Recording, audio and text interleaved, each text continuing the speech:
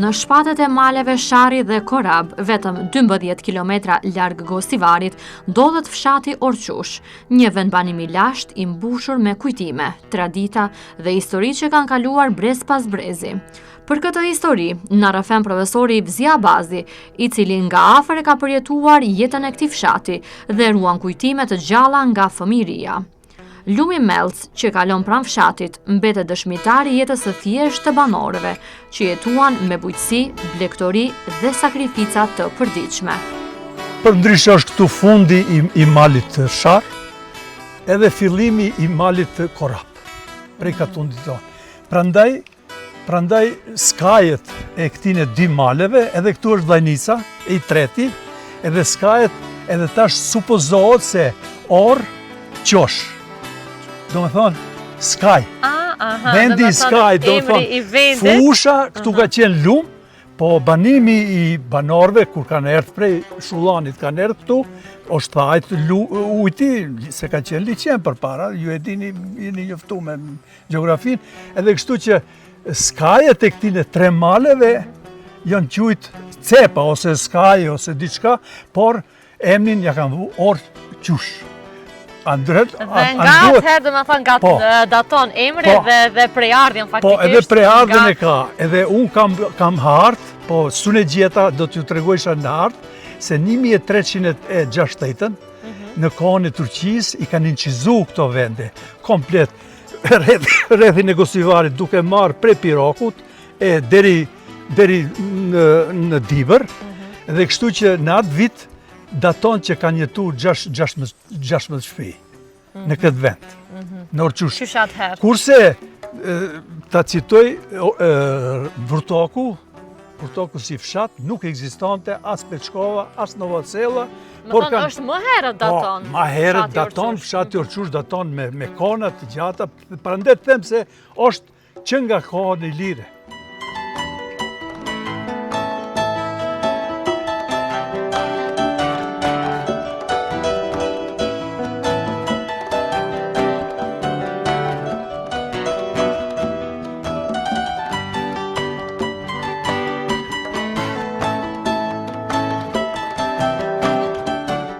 Në mes të fshatit ndodhet edhe xhamia, një vend i shenjtë ku banorët janë mbledhur gjithmonë për lutje, por edhe për këshillime, vendbanime të përbashkëta dhe ruajtjen e unitetit mes tyre.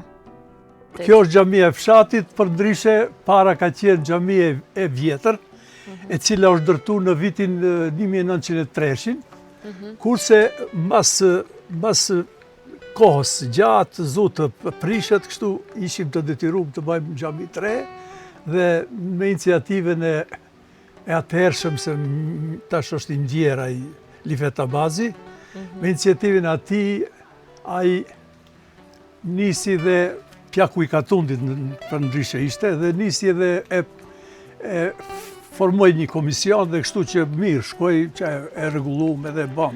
Po tash ato banorë që kanë jetuar dhe kanë vizituar këtë xhami, ka pas raste që vinë dhe e shohin dhe sigurisht ato çdo ardhje në Katund, ato dasht e pa dasht, bukuria e kësaj xhamie i detyron që ta shohin xhamia. Përndryshe xhamia është bë për 7-8 1903 e vjetra, kurse e reja është bën 4-5 2005.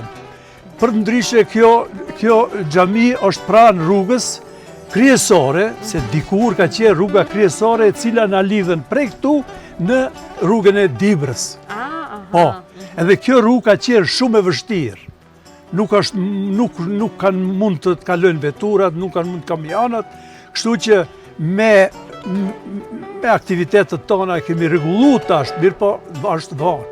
Po, sidomos ndoshta edhe për gjatë stinës së dimrit ka qenë edhe më vështirë për të i kaluar dhe për ta... Gjatë stinës së dimrit ka kaluar njerëzit vetëm në kamp, edhe përndryshe edhe një vdekje që ka ndodhur, se varret i kemi nalt atje, përndryshe kanë shkuar në kamp edhe me kuaj. Veturat, mbas vitit 72-3, mbas i shkuan banorët në Gjermani, në Austri, në Francë, edhe në për qera shtete, edhe në suazat e ishi Ustavis kanë qenë me gurbete, edhe atëherë kanë fillu të morin vetura. Mirë po, deri nalt kanë ditë. 1 kilometër e gjysë duhet në kam të vinë. Dimnit rrezik, edhe kështu që ka qenë problematik. Po iniciativën për ndërtimin e kësaj xhamie e morët ju banorët e fshatit? Po. Iniciativën të them ishte plaku i Katundit, Po. Lifet Abazi, Haxhi Lifet Abazi, i cili me mu në konsultim erdhe dhe tha duhet ta prishim, ta renovojmë, ta drejtojmë, tha zho Haxhi. O prishet kret kjo se kete kalbet, me gur, me drasat prishta, me sent, me gjo. O të prishet kret me bulduzhere dhe të ndërtojmë 3 ose hiq. Hajde për hajre dhe janë nisëm iniciativën edhe aj filloj me u aktivizu nikosisht edhe me vetë financim të banorëve? Puna është bo këtë me vetë financimin e banorëve të fshatit Orçush. Komplet.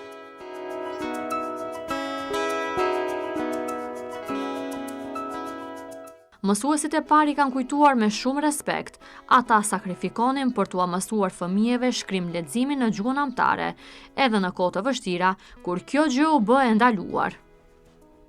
Me djegjen e Katundit në 68-ën,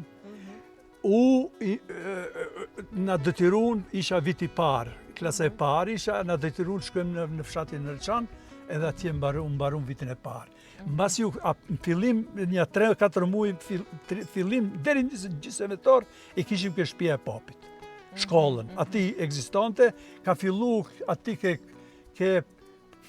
5-8 ka fillu shkolla. Të funksionoje me paralelet kombinume. Masi u doq, ato banore shkun ka ajo shtëpi, se ngelen shumë pa shtëpia këtu, edhe neve në qunë në Rëçan. Me ardhjen, në një vit mësum që këtu, në xhami e vjetër, kështu që mas asaj erdhë një arsimtar, Shaban, e quajmë, mbi emrin e ka Shabani, a ishte shumë iniciatori madh edhe Abedin Shabani. A iniciatori madh edhe i organizoi fshatarët që ta ndërtojnë shkollën në këtë vend. E bletën fshatarët vendin. Dhe pastaj ka qenë më e lehtë edhe çastja.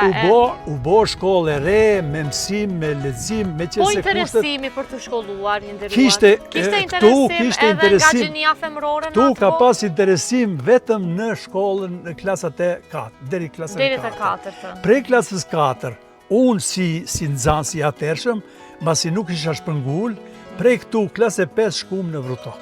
7 kilometre gjysë është rruga, edhe 7 e gjysë. Përveç juve ka pas edhe tjerë që kanë vazhduar? Edhe një 3, unë kam qenë i pari, mande kanë erdhë edhe 2-3 vetë tjerë, edhe në atë kohë, në vitet 60-ta, do me thanë shkollën mesme, e kemi fillu 4 vetë.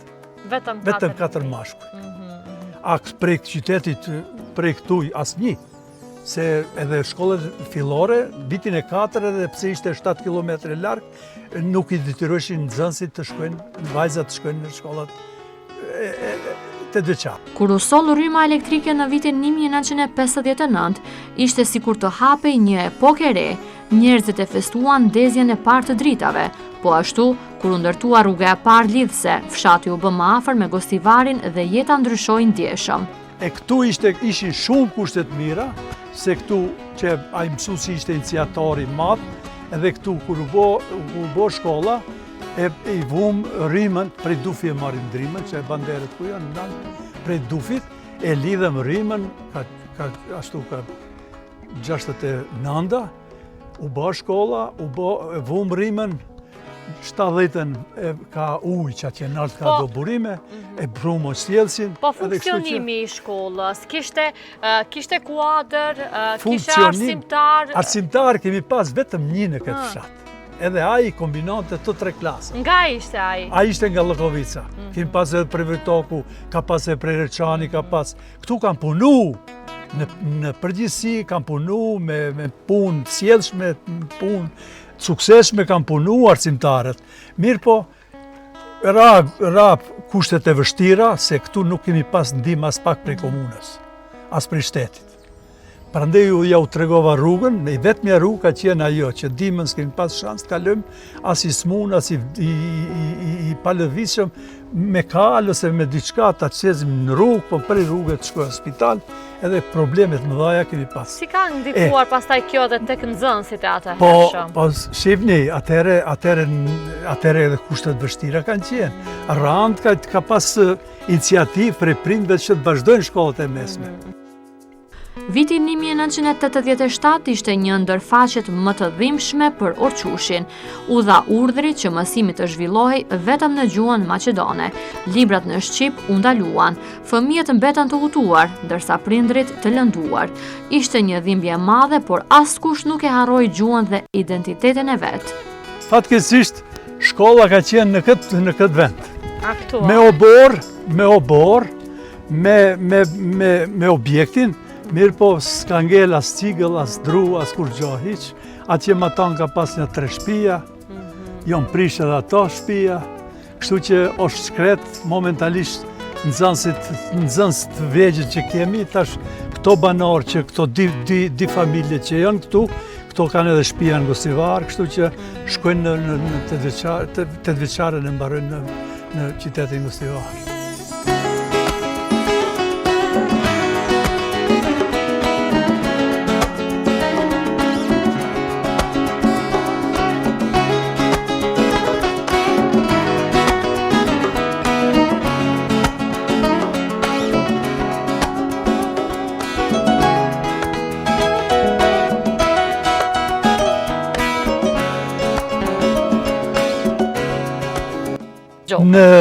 Historikisht, fshati jonë në për fushën, ku është pjellore, me ujë, janë mjellë misrat, edhe tjera të gjana për ushqim, qep, patligjana, vetëm këto gjaja janë në pjesën e kultivu në pjesën e poshtme.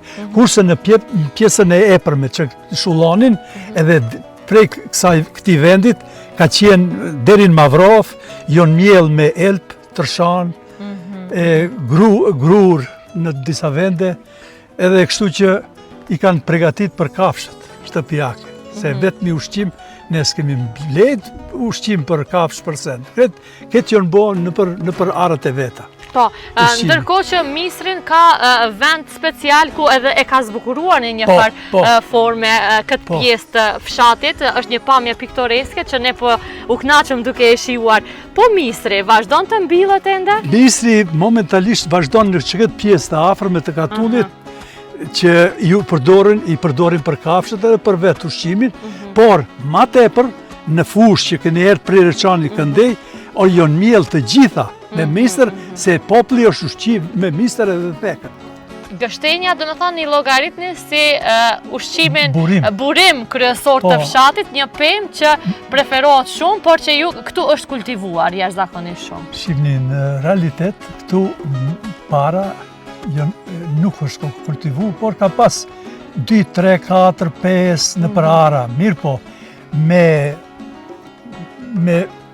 se burimin e kanë në fshatin Reçat, gishtenjat. Ka malet të tëra me gishtenja, në për ara, në për vija, në për sen, edhe gradualisht to janë, edhe kemi mjellë disa, edhe zakonisht edhe kanë dalë vetë, nga lëvizja e kafshëve, edhe kanë lëshu, për shembull, e kanë marë, e kanë lëshu, është rritë që pjesa e për me atje, po ashtu edhe ka, edhe gishteja ka qenë si burim pasiv, se ushqim, po këto gjatë stinës dimit janë përdorë. Po vim pastaj edhe nga edhe banorët që jetojnë në afërsi për të mbledhur këtu, edhe banorët që kanë qenë në këtë fshat? Në këtë fshat, zakonisht si pas traditave, kur i vjen koha, si pas traditave, vinë vetë fshatarët që kanë vendet e kufizume për t'i mbledhë të gishtenjat. Në fund të vizitës, profesori Ivzi Abazi hapi edhe dyert e shtëpisë së tij. Pas rrëfimit për historinë dhe të kaluarën e fshatit Orçush, ai na priti në ambientin familjar, ku ndau edhe një pjesë të dhimbshme të jetës së tij. Nga Orçushi kanë dalë njerëz të përkushtuar në arsim e kulturë, që përballuan presione politike e shoqërore, por nuk e harruan kurrë misionin e tyre për të shërbyer brezave. 86-ën ka shtatori në ndruan gjuhën. Prej gjuhës shkryqim në regjistra Shqip, dëftesa Shqip, ato me vendim edhe me ultimatum. Nëse nuk në shkruash, nxjerrim pi pune, ishim detyruar edhe unë shkrujtëm për lexim, për shkrim lexim. Kështu që mas asaj 97-ës në tetor, 10-in e ditë e mërkur ishte mbledhje partisë, që nuk shkonte nëpërmes kushtetutës e ligjit, po shkonte nëpërmes partisë, vendimi ka ardhur kështu, edhe duhet të bëhen paralele përzime. E kështu në ato paralele përzime ishim të fiksuar që ai që do të diskutoje jo kundra vendimit, do të dalë për pune, mirë po unë nuk durova edhe Sameti dhe kështu që në nxjerrën për pune. Pastaj sa kohë qëndruat pa punë? Mandej, unë realisht 9 vjet kam qenë pa punë. 9 vjet, do të thënë 96, 97 kam dalë, 96 jam kthyer në punë. Po pas luftës? Po, shihni, është interesant se në vitin 87 ende ekzistonte si Jugosllavi. Vetëm kishte manipulime për konfederate, ku e di unë, kështu që kishte turbullina, kishte ka Slovenia, ka Kroacia, edhe shkoheshte në atë që shteti Jugoslav të shndrohet në konfederat. Mirë po nuk u dakordu me Miloševiqi, i cili me partinë e vetë edhe me simpatizuesit e vetë edhe me shqiptarët e ndershëm të atërshme të Kosovës e të Maqedonisë, kështu që u ndërpreja, jo? Mirë po, nxënësit kur na nxorën prej pune, nxënësit të banë demonstrata.